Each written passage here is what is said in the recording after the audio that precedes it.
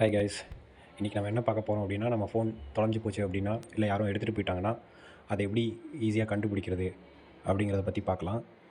ஃபஸ்ட்டே நம்ம எடுத்துகிட்டு போனாங்கன்னா, அதை அவங்க யாரும் சுவிட்ச் ஆஃப் பண்ணாமல் இருக்கணும். இல்லை நம்ம சிம்மை ரிமூவ் பண்ணாலுமே நம்ம மொபைலை வந்துட்டு ஈஸியாக ட்ராக் பண்ணி கண்டுபிடிக்கிற மாதிரி இருக்கணும். ஸோ அதுக்கு நம்ம ஒரு 3 செட்டிங்ஸ் நம்ம கரெக்டாக வச்சுருக்கணும். அது என்னென்ன செட்டிங்ஸுங்கிறத பார்ப்போம். இப்போ ஃபஸ்ட்டு வந்துட்டு நம்ம மொபைலோட செட்டிங்ஸ்குள்ளே போவோம்.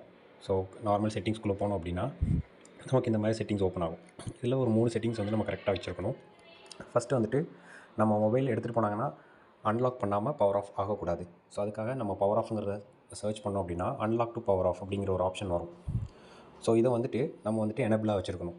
ஸோ நம்ம மொபைலை வந்துட்டு பவர் ஆஃப் பண்ணணும் அப்படின்னா அன்லாக் பண்ணால் தான் பவர் ஆஃப் பண்ண முடியும். லாக்கில் இருக்கும்போது பவர் ஆஃப் பண்ண முடியாது. சுவிட்ச் ஆஃப் பண்ண முடியாது. ஸோ இந்த செட்டிங்கை எனபிளாக வச்சுக்கோங்க. செகண்ட் வந்துட்டு நீங்கள் என்ன சர்ச் பண்ணோம் அப்படின்னா கண்ட்ரோல் சென்டர் அப்படின்னு சொல்லி சர்ச் பண்ணுங்கள். கண்ட்ரோல் CENTER கண்ட்ரோல் சென்டர்னு சர்ச் பண்ணிங்கன்னா open control centre from the lock screen அப்படின்னு சொல்லிட்டு ஒரு ஆப்ஷன் வரும். So open control centre from the lock அப்படிங்கிறது எனபிளாக இருந்துச்சு அப்படின்னா அதை ஆஃப் பண்ணிக்கோங்க. என்ன அப்படின்னா நீங்கள் லாக்கில் இருக்கும்போது எடுத்துகிட்டு போகிறவங்க வந்துட்டு சுவிட்ச் ஆஃப் பண்ண முடியாது. அப்படி பண்ண முடியலன்னா அடுத்து ஏரோப்ளைன் மோட் போடணுன்னு ட்ரை பண்ணுவாங்க.